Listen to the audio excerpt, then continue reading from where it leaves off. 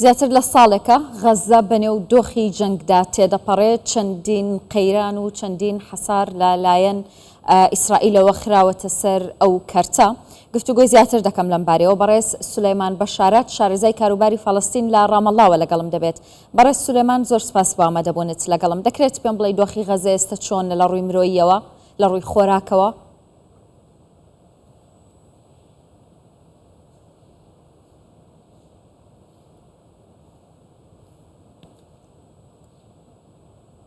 نعم، تحياتي لكم وللسادة ئێوە و لابینەرە بە ڕێزەکانتان.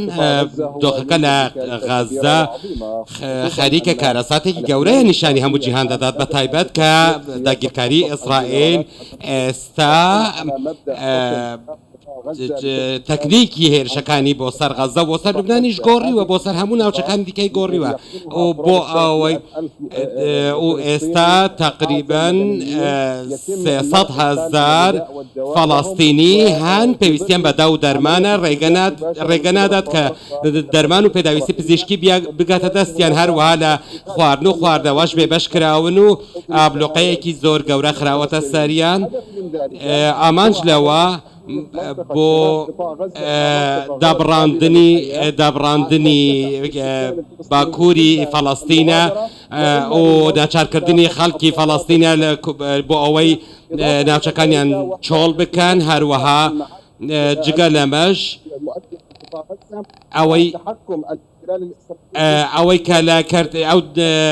ئەوەی کە ئیسرائیل درێژە بە دۆخی کەرتی غەزە دەدات بۆ هێشتنەوەیە لە ژێر کۆنتترۆلی خۆیدا، بۆ ئەوەیە خاڵک نەتوانێت بێتەوە سەر پێ و ڕێگە لە گەیشتنی خوارد و خۆراک و پێداویستەکان. کەی دوایین جار خواردن و خواردنەوە هاوکاری تەندروستی گەیشتۆتە کەرتی غەزە؟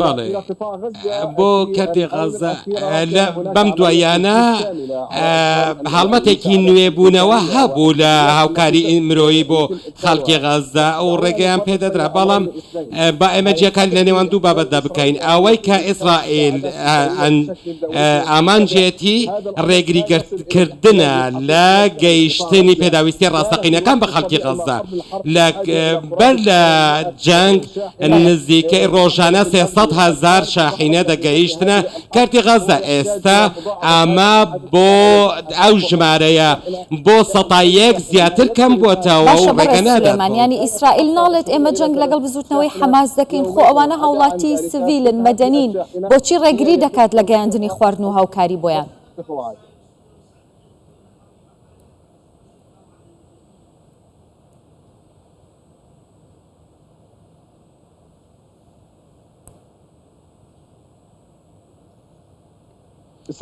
ئیسرائیل سزای بە کۆمەڵ، سیاسەتی سزای بە کۆمەڵ بەرامبەر بە خەڵکی غەزە دەگرێتە بەر، بەڵام بە پاساوی بزوتنەوەی حەماس ئەو دەیەوێت بە گشتی خەڵکی غەزە بکاتە ئامانج و سیاسەتی لە پلانیدایە کە سڕینەوەی خەڵکی غەزە لە بەرنامەکەیدایە ئەو دەیەوێت بە شێوەیەکی بەرنامە بۆ داڕێژرا و هەنگاو بە هەنگاو ئەو سیاسەتە لە کەرتی غەزە جێبەجێ بکات و هەروەها بەداخەوە جۆرێک لە بێدەنگی نێودەوڵەتی هەیە بەرامبەر ئەو نەهامەتێکە ڕوبەڕووی خەڵکی غەزە کراوەتەوە و ئەو ڕێبازەی گرتووەتە بەر هێدیێدی هەنگاو بە هەنگاو جێبەجێ دەکات و هەموو جیهانیش بە چاوی خۆیان دەبینن. ئەمەش وا لە ئیسرائیل دەکاتن کە بتوانێت هیچ خۆی لە هەموو سزاکان بدزێتەوە. بێدەنگی نێودەوڵەتی دەرفەتی زیاتر و بواری زیاتری بە ئیسرائیل داوە بۆ ئەوەی سیاسەتی خاکی سوتاو بگرێتە بەر. تا ئەم ساتە هیچ وڵاتێک نەیتوانی و سزایەک بەسەر ئیسرائیلدا بسەپێنێت، یاخۆت ئیسرائیلیش ڕێگەی نەداوە بۆ ئەوەی هاوکاری و پێداویستی پزیشکیەکان و خۆراک و دەرمان بە شێوەیەکی ڕاستەوخۆ بگاتە. وتت بێدەنگبوونی نێودەوڵەتی هەیە، کەواتە ئەم بێدەنگبوونە نیشانەی ڕازیبوونی کۆمەلگای نێودەوڵەتیە بەوەی کە ئیسرائیل لە کەرتی غەزە درێژەی پێدەدات؟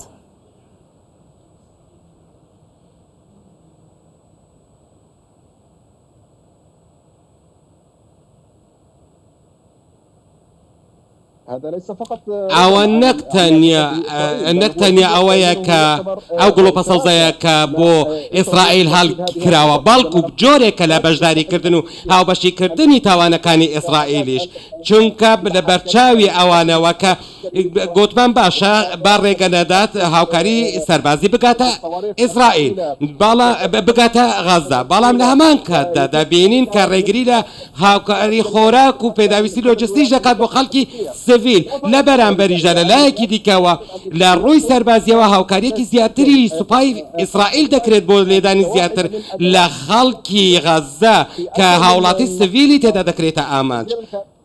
واتە ئەمە نەک تەنیا بێ هەڵوێستیە بەڵکو لایەکی دیکەوە پاڵپشتیشە بۆ ئیسرائیل بۆ ئەوەی درێژە بەو سیاسەتەی بدات کە ئێستا لە غەزە پیادەی دەکات بەرامبەر بە خەڵکی سڤیل.